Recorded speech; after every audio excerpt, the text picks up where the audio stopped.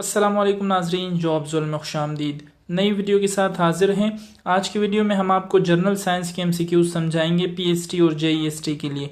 जो दोस्त चैनल पर नए हैं वो चैनल पर बाकी वीडियोस तैयारी के हवाले से देख सकते हैं। क्वेश्चन नंबर 1 से शुरू करते हैं। Deficiency of insulin causes a disease called. Insulin की कमी की वजह से कौन सी बीमारी या क्या चीज़ जो है होती है। तो ऑप्शंस आपके पास हैं hypertension, diabetes, asthma, all of these. तो इसमें जो करेक्ट ऑप्शन है वो है डायबिटीज़, यानी इंसुलिन की कमी की वजह से आप शुगर यानी डायबिटीज़ का शिकार होते हैं। Question number 2, wave can be produce in dash. Waves जो हैं लहरें वो किस चीज़ में पैदा हो सकती हैं। ऑप्शन है सॉलिड, लिक्विड्स, गैसेस, या डी पे है ऑल ऑफ दीज। तो इसमें जो करेक्ट ऑप्शन है वो है all of these. Solid, liquid, gases तमाम में वेव जो है वो प्रोड्यूस हो सकती हैं। क्वेश्चन नंबर 3 है dash can pass through the wall of the digestive tube to enter the blood. कौन सी ऐसी चीज़ है जो डाइजेस्टिव ट्यूब के वॉल से पास हो जाती है और ब्लड में शामिल हो जाती है। तो इसमें ऑप्शन आपके पास है सेल, टिश्यू, एटम, मॉलिक्यूल। तो मॉलिक्यूल्स जो हैं वो डाइजेस्टिव ट्यूब की जो वॉल होती है वहाँ से एंटर होकर ब्लड में शामिल हो जाती है। Question number 4, force on the blood vessel is called. Blood vessels जो होती हैं हमारी, उन पे जो फोर्स होती है वो क्या चीज़ कहलाती है। तो ब्लड प्रेशर। इसमें जो ऑप्शन सी है वो करेक्ट होगा, ब्लड प्रेशर। क्वेश्चन नंबर 5 है example of a chemical change is. कीमियाई तब्दीली केमिकल चेंज की मिसाल है। ऑप्शन है रस्टिंग ऑफ आयरन यानी लोहे को जंग लगना, बी पे है बर्निंग ऑफ कोल यानी कोयले का जलना, सी पे है कुकिंग ऑफ फूड यानी खाना पकाना, और डी पे है ऑल ऑफ दीज। तो इसमें तमाम ऑप्शंस करेक्ट हैं। ये डायग्राम आप देख सकते हैं, केमिकल चेंज और फिजिकल चेंज आपको नज़र आ रहा होगा। तो केमिकल चेंज वो होता है जिसमें सब्सटेंस की नेचर पूरे तरीके से चेंज हो जाती है। जैसे लोहे को जो है वो जंग लगना या कोयले का जलना। अब कोयला जल के बिल्कुल अलग उसकी नेचर बिल्कुल चेंज हो जाती है। खाना पकाना, तो ये सारे केमिकल चेंजेस में आते हैं। केमिकल चेंज में किसी की जो ज़ाहिरी हालत होती है उसमें तब्दीली आ जाना, जैसे कि यहाँ आपको तस्वीर में नज़र आ रहा है। अब ये लकड़ी जो है काटना, ये फिजिकल चेंज है। अब लकड़ी काट के भी लकड़ी ही रहेगी, उसकी नेचर में कोई चेंज नहीं आ सकता। तो ऐसी चीज़ें फिजिकल चेंज कहलाती हैं, और जिनकी नेचर चेंज हो जाती है वो केमिकल चेंज कहलाती है हमारे पास। Question number 6, revolve around the nucleus, particle, electrons, protons, all of them. तो ये आपको पता होगा कि एटम के सब एटॉमिक पार्टिकल्स 3 होते हैं, proton, neutron and electron. Proton और न्यूट्रॉन जो होते हैं वो न्यूक्लियस के अंदर मौजूद होते हैं। एटम का जो सेंटर पार्ट होता है, बीच वाला हिस्सा खाली, उसके अंदर प्रोटॉन और न्यूट्रॉन मौजूद होते हैं, जबकि न्यूक्लियस के इर्द गिर्द इलेक्ट्रॉन घूमता है। तो यहाँ पे जो सवाल पूछा जा रहा है वो रिवॉल्व अराउंड द न्यूक्लियस कह रहे हैं, न्यूक्लियस के गिर्द कौन घूमता है। तो न्यूक्लियस के गिर्द इलेक्ट्रॉन घूमता है। तो यहाँ पे जो करेक्ट ऑप्शन है वो है इलेक्ट्रॉन्स। क्वेश्चन नंबर 7 है a dash has positive charge. अब ये सवाल भी इन्हीं से रिलेटेड है, इलेक्ट्रॉन, प्रोटॉन, न्यूट्रॉन से। A dash has positive charge मतलब किस पे पॉजिटिव चार्ज है। ऑप्शन आपके पास है इलेक्ट्रॉन, न्यूट्रॉन, प्रोटॉन। तो ये आप आसानी से याद रख सकते हैं, P से प्रोटॉन और P से पॉजिटिव। तो प्रोटॉन पे पॉजिटिव चार्ज होता है। इसी तरह न्यूट्रॉन जो है N से न्यूट्रॉन और N से न्यूट्रल। न्यूट्रॉन जो होता है उस पर कोई चार्ज नहीं होता, न्यूट्रल होता है। तो N से न्यूट्रॉन और N से न्यूट्रल आप याद रख सकते हैं। और इलेक्ट्रॉन जो आखिर में रह गया, एक ही चार्ज रह गया माइनस का, तो इलेक्ट्रॉन पे माइनस चार्ज होता है।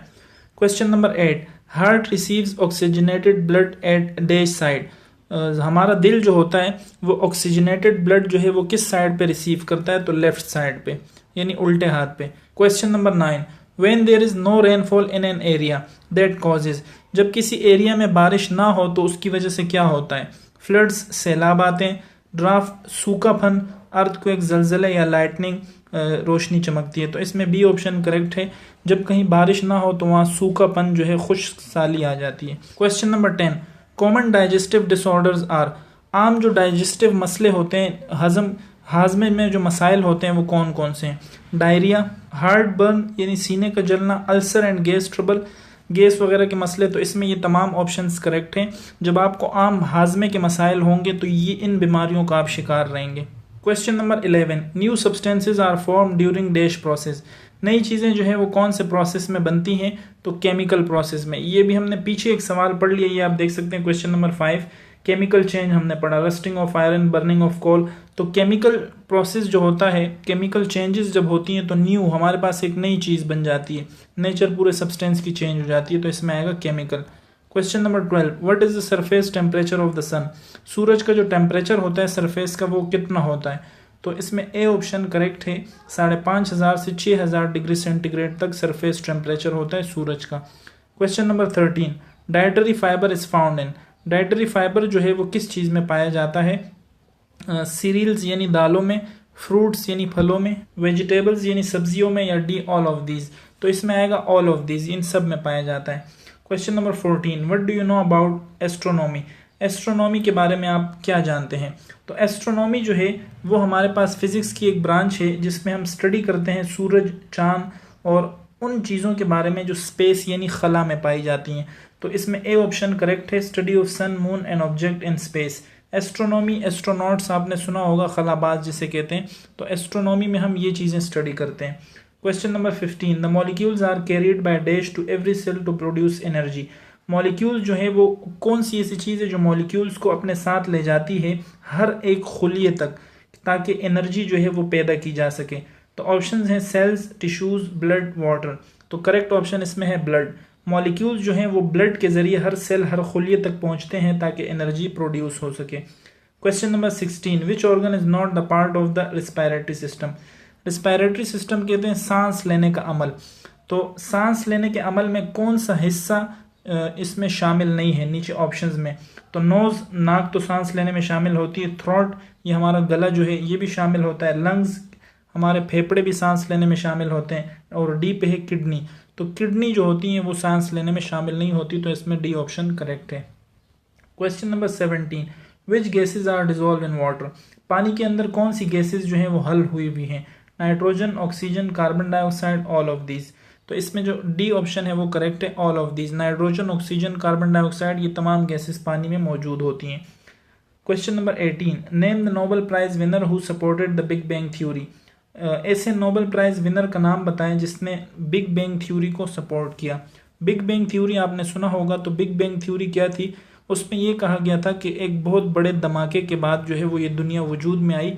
तो इसमें जो करेक्ट ऑप्शन है वो है ए, आर्नो पेंजियास ऐसे साइंटिस्ट थे जिनको नोबेल प्राइज भी मिला था और वो इस थ्योरी को सपोर्ट करते थे। Question number 19, the easy way to purify water by using? पानी को साफ करने का सबसे आसान तरीका कौन सा है? Boiling, potassium, chlorine, all of these. तो इसमें ए है बॉइलिंग। सबसे आसान तरीका पानी को प्योरीफाई करने का वो है आप उसको उबाल दें। Question number 20, in prism dash surfaces are triangular surfaces? Prism जो होता है वो एक त्रिकोण की शेप का होता है, इस तरह ट्रायंगल की तरह। प्रिज्म आपने देखा होगा जिससे वाइट लाइट पास होती है और फिर 7 कलर्स में जो है ना वो डिवाइड हो जाती है। तो प्रिज्म में कह रहे हैं ट्रायंगुलर सरफेसेस कितने होते हैं? तो ऑप्शन आपके पास है 1 2 3 4, तो इसमें करेक्ट ऑप्शन है 2। Question number 21, dash particles of fertilizer release nutrients gradually? कौन से पार्टिकल्स जो होते हैं फर्टिलाइजर्स के वो न्यूट्रिएंट्स जो है वो रिलीज करते हैं, खारिज करते हैं? फर्टिलाइजर्स हम ये ज़मीनों में जब फसल उगाते हैं तो खाद वगैरह जो हम डालते हैं तो उसको कहते हैं फर्टिलाइजर्स। तो उसमें कौन से पार्टिकल्स होते हैं जो न्यूट्रिएंट्स रिलीज करते हैं? तो हार्ड पार्टिकल, यानी जो उनका सख्त हिस्सा होता है उनसे न्यूट्रिएंट्स, ग़िज़ाइयत क्या होती है, रिलीज होती है, खारिज होती है। Question number 22, maximum distance of a wave from its rest position is dash? Wave की जो मैक्सिमम डिस्टेंस होती है, यानी कोई भी वेव जो ज़्यादा से ज़्यादा डिस्टेंस ट्रेवल करे तो उस अपने रेस्ट पोजीशन से, तो उसको क्या कहते हैं? मिसाल यहाँ इस पॉइंट पे वेव है और उसने यहाँ से लेके यहाँ तक का फासला तय किया, तो इसको हम क्या कहेंगे? तो ये कहलाएगा एम्पलीट्यूड। मैक्सिमम डिस्टेंस, ज़्यादा से ज़्यादा फासला कोई भी वेव तय करे तो उसको कहते हैं एम्पलीट्यूड। और जब कम से कम तय करता है तो उसको कोई और नाम लेते हैं, ये ज़्यादा से ज़्यादा, ये आप याद रखिएगा, मैक्सिमम डिस्टेंस है, ये एम्पलीट्यूड कहलाता है। Question number 23, electric circuits have dash types? Electric circuits जो होते हैं उनकी कितनी टाइप्स होती हैं? तो इसमें जो ऑप्शंस है ए वो करेक्ट है 2। Question number 24, a vibration is repeated dash motion? Vibration जो होती है वो किस तरह से रिपीट होती है? तो वाइब्रेशन हमारे पास दो तरह के से होती है। एक आप ए ऑप्शन देख सकते हैं अप एंड डाउन, यानी वाइब्रेशन होती है यूं यूं ऊपर नीचे, जिससे एक मोबाइल को आप रख दें तो वो वाइब्रेट करेगा, तो ऊपर नीचे अप एंड डाउन होता रहेगा वो। और दूसरी वाइब्रेशन होती है बी, टू एंड फ्रो, अपने मीन पॉइंट से आगे पीछे या ऊपर नीचे किसी तरह भी हो सकती है। तो इसमें ए और बी दोनों ठीक हैं। Question number 25, when light passes from air to water or glass the angle of incidence is dash then the angle of refraction। जब वाइट लाइट पास होती है हवा से पानी में, तो हमारे पास जो एंगल ऑफ इंसिडेंस होता है वो क्या होता है एंगल ऑफ रिफ्लेक्शन से, तो इसमें आएगा ग्रेटर।